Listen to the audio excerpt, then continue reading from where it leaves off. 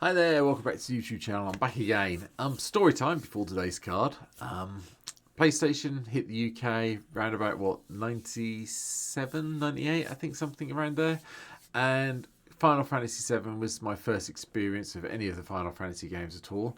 And I played Final Fantasy VII to death, all the way through, including beating all the big boys. Um, 5 or 6 times over the course of my year of work after I finished my degree. Um, yeah, and then about 10 years ago, I think Final Fantasy VII came out on the iPad. You could download it on your iPad. So I've always been a Final Fantasy VII fan, and obviously when this card hit, and you all know what you're here for, we're here for Cloud. When Cloud hit, there was only one card I was going to have to really cover, and I've decided to save it to the end of the first week because there's some of the other things I've talked about this week. So here we go. Here's my take on Cloud X Soldier. Yes, I know he's a face card of one of the Commander decks. That's fine. But it's 2 red, green, and white for a 4/4 human soldier mercenary. Has haste. When it enters, you get to attach an equipment you control to it, to Cloud, and then when Cloud attacks, draw a card for each equipped attacking creature we control. And then if Cloud has a power of 7 or greater, we get to have 2 treasure tokens. Yeah, I was happy with this one. This is good. I like a good equipment deck. Having one come in these set of colours is even nicer. And yeah, so here we go. Here's what today's deck is all about. Right then, so creatures. Start off Aurochs Steel Shaper. We want to equip costs. Pay 1 less. We all know what it does. And then Soldiers Knights you control get +1/+1. Yep. Okay. Cloud gets a bonus then. That's fine as long as the Auroch Steel Shaper's equipped. Then we've got one of the new cards, Sid Free Flyer Pilot. Everyone remembers the airship you travelled around the map on. Equipment and vehicle spells you cast cost 1 less and has flying during our turn. And then we can pay 2 and tap and return an equipment or vehicle card from our graveyard to our hand. So this is basically a way of getting our equipment back that's been killed off. Another version of Cloud comes next. It's the Midgard Mercenary. Enters, search your library for an equipment card, put it in your hand. And as long as this version of Cloud is equipped, if an ability of Cloud or an equipment attached to it triggers, that ability triggers an additional time. So we're in a game. Pure Steel Paladin, we all know what it does. Metalcraft gives all our equipment free equip costs, and as long as when equipment enters, we draw a card. Raya, Mastersmith, gives any equipped creature or enchanted creature, and it's going to purely be equipped creatures in this deck. Double strike until the end of turn. Sram, Senior Editor, yep, draw a card when you play your equipment. Weapons Trainer, other creatures you control get +1/+0 as long as you control an equipment. Yep. Daneth Capsan cuts the cost of the equipment down again. And Danitha New Benalia's Light gets us a way of casting our equipment from our graveyard and gets killed off.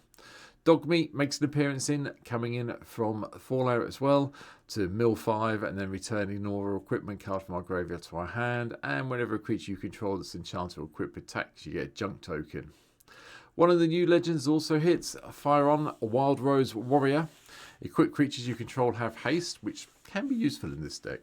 And whenever a non-token equipment you control enters, create a token that's a copy of it, except it has this equipment. Equipped abilities cost 2 less to activate. Then you get to sacrifice that token at the beginning of the next upkeep. So basically it gives you a free bit of equipment that's the same as the equipment you're playing. Okay. Godoma of the West Tree goes and finds us our basic lands because we're doing the modifying creatures and have trample. And then red, Proud Warrior. Red 13, sorry, Proud Warrior.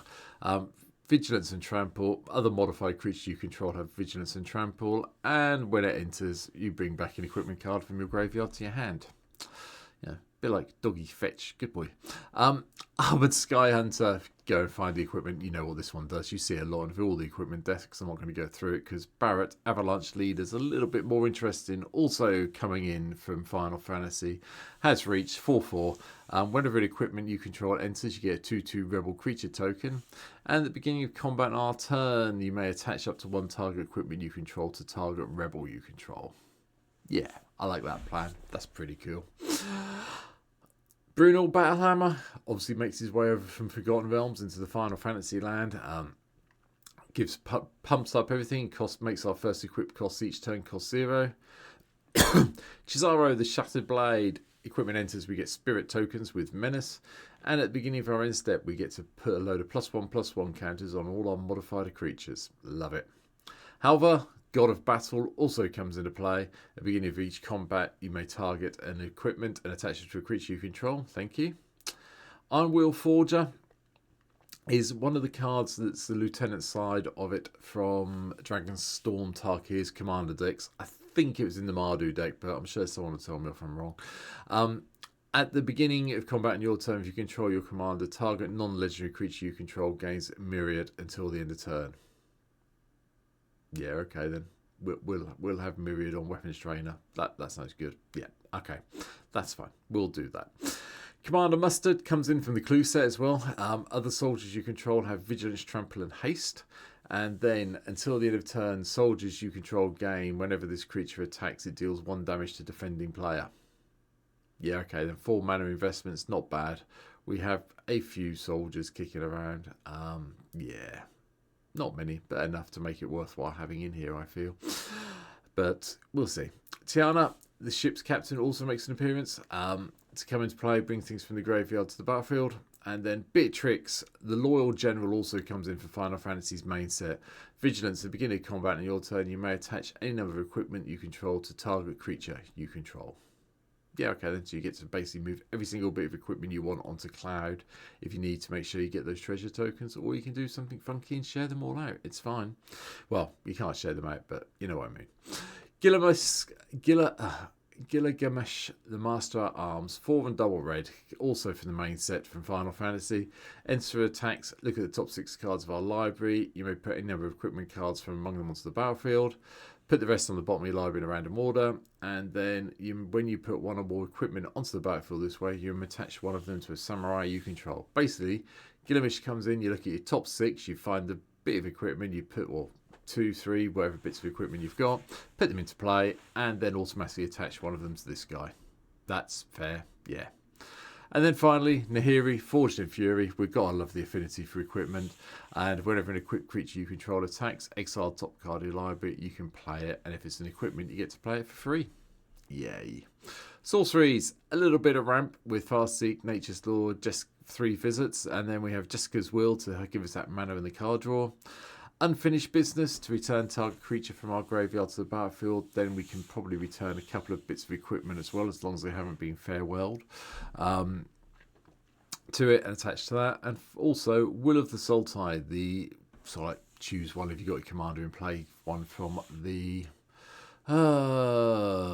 Sultani deck that came out from Dragonstorm. I can't remember what it's called now, but mill 3 cards, return all land cards from your graveyard to battlefield tapped, and if you've got a commander in play, put X +1/+1 counts on target creature where X is the number of lands we control, and then they gain trample.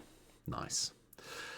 Because I do have that obsession with Final Fantasy VII, I had to play Cloud's Limit Break just for the laugh factor. I do like this new way of picking things tiered, so it's 1 and a white to cast a spell, then you pay the additional cost depending on what you want to do. 0, destroy target tap creature. 1, destroy any number of target tap creatures with different controllers, so that's very nice for wiping out people's attackers and stuff on commander. Or you could do the Omni Slash and just destroy all the tap creatures. Yeah, okay then. Happy with that. Chaos Walk for a bit more board control. Will of the Mardu is the other one that comes in as well from the Mardu's precon. Create a number of 1/1 red warrior creature tokens equal to the number of creatures target player controls. You can target yourself, you've got the most, but if someone's got a whole token deck on the go, you're probably going to nick their ones. And then assuming you've got Cloud in play, Will of the Mardu deals damage to target creature equal to the number of creatures you control, which is pretty good. That's nice. Achroma's Will gives you your Alpha Strike. You know it's going to be here. And then we have the artifacts. Now, I've seen a lot of talk about playing all the swords, and potentially, yes, you can swap a lot of these over and play the swords, but I didn't really want to play all of the swords, so I went a bit of a different route. Maybe a mistake, maybe it should be the swords, but we'll see.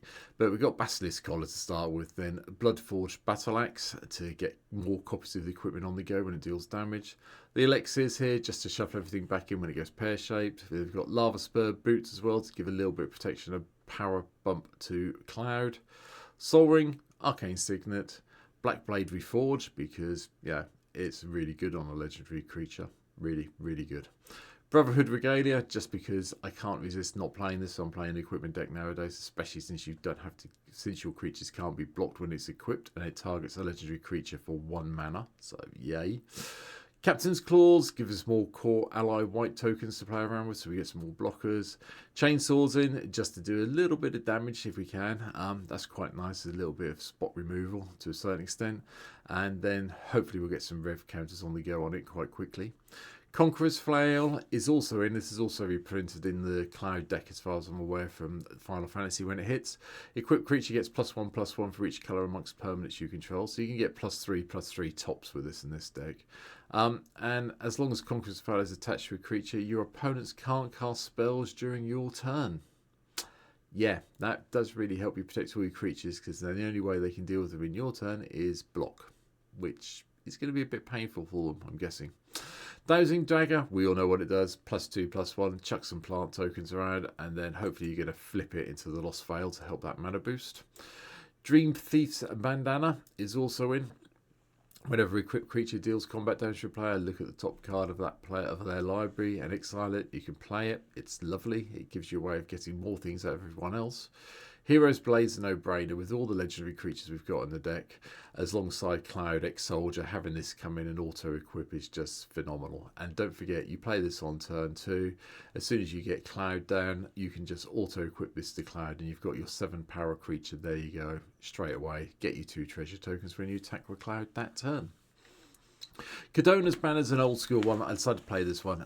Can only be attached to a legendary creature. Creatures that share a colour with the equipped creature get +1/+1, and creatures that share a creature type with the equipped creature get +1/+1. So we've got a lot of mercenaries, we've got a lot of humans, we've got some soldiers, we've got a lot of red.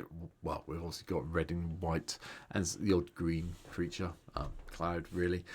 So yeah, you're going to get a colour bump. Most of your creatures with this equipped will get +2/+2, I hope. Lightning Greaves gives us another way of really good protecting Cloud if we need to. And then we've got Seraphic Greatsword to get that lovely big angel when we attack. Boots to protect one of our other legendaries. Andril, the Flame of the West, because I just like this one from Lord of the Rings lands.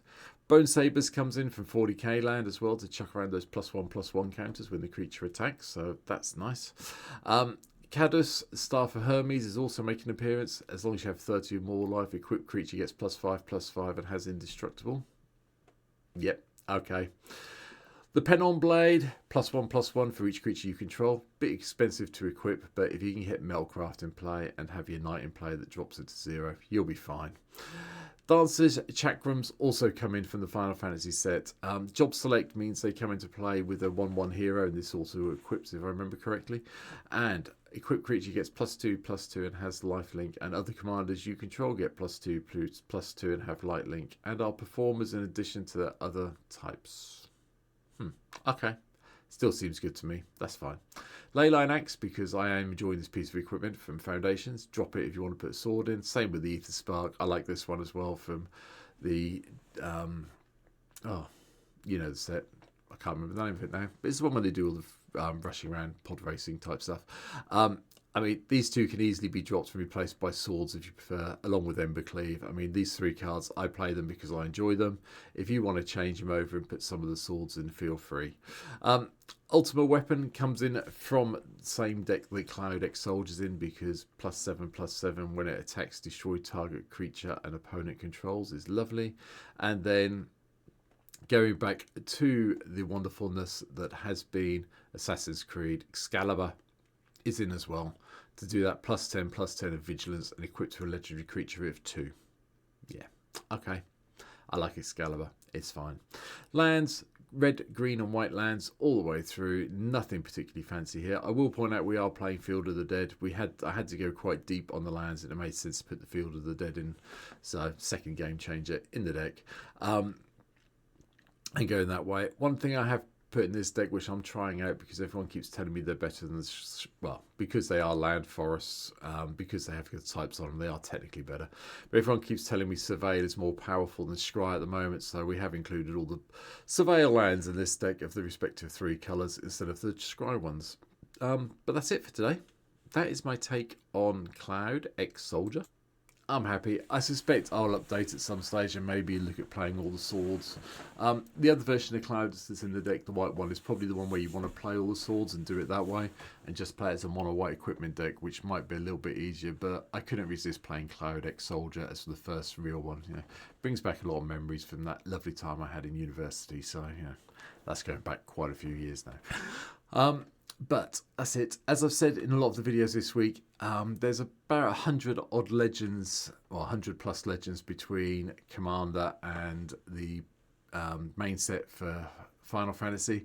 I've got plans for next week. I know which ones I'm going to probably be covering next week. But if you can let me know if there's any ones specifically you want to see in the comments down below, I'll have a look at them. I don't think I'm going to get, I think I counted up about 120 the last time I checked. I may have done my maths wrong, but it's somewhere around there.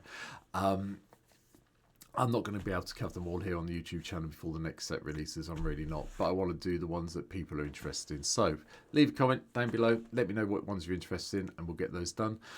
Likewise, if you haven't been here before, it'd be lovely if you could hit the subscribe button. There's 672 now as I record this one. So please hit the subscribe button, help me out. And if you want to see me play all the Final Fantasy decks I'll be talking about over the next few weeks on Twitch, on MTGO, as soon as Final Fantasy hits, how it works on the stream, draft as soon as it hits. Next night will be the pre-con thing, and then after that we'll start playing all the decks I've been talking about. But there's a link down below to Twitch. Come and give me a follow over there, and you'll see me play the decks out I'm talking about. So for now, thanks for watching. Take care. Yeah, I'll see you soon. Bye.